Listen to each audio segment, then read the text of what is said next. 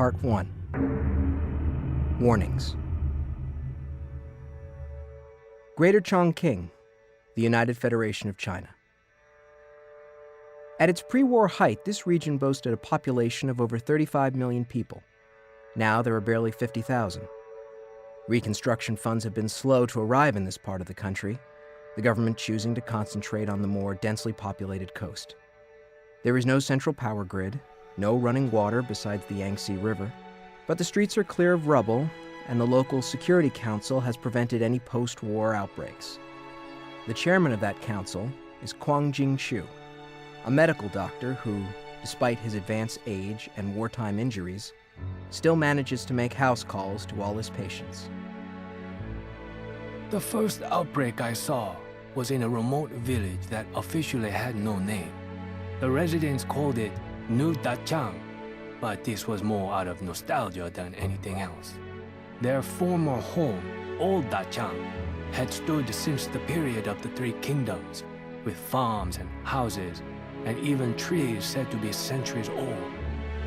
When the Three Gorges Dam was completed and reservoir waters began to rise, much of Dachang had been disassembled, brick by brick, then rebuilt on higher ground.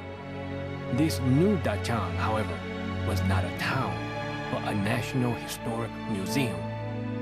It must have been a heartbreaking irony for those poor peasants to see their town saved, but then only being able to visit it as a tourist. Maybe that is why some of them chose to name their newly constructed hamlet New Dachang, to preserve some connection to their heritage, even if it was only in name. I personally didn't know that this other New Dachang existed, so you can imagine how confused I was when the call came in. The hospital was quiet. It had been a slow night, even for the increasing number of drunk driving accidents. Motorcycles were becoming very popular.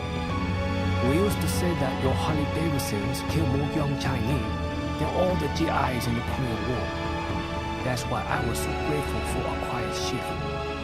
I was tired. My back and feet ached.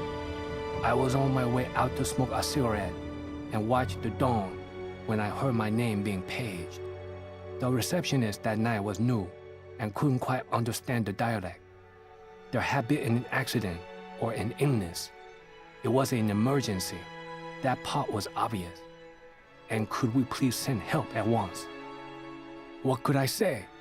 The younger doctors, the kids who think medicine is just a way to pad their bank account, they certainly weren't going to go help some Nongmin just for the sake of helping.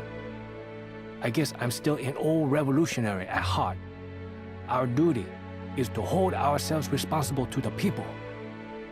Those words still mean something to me, and I try to remember that as my deer bounced and banged over dirt roads the government had promised but never quite gotten around to paving.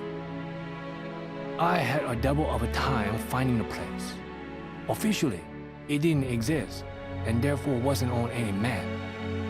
I became lost several times and had to ask direction from locals who kept thinking I meant the museum town. I was in an impatient mood by the time I reached the small collection of hilltop homes. I remember thinking, this had better be damn serious. Once I saw their faces, I regretted my wish.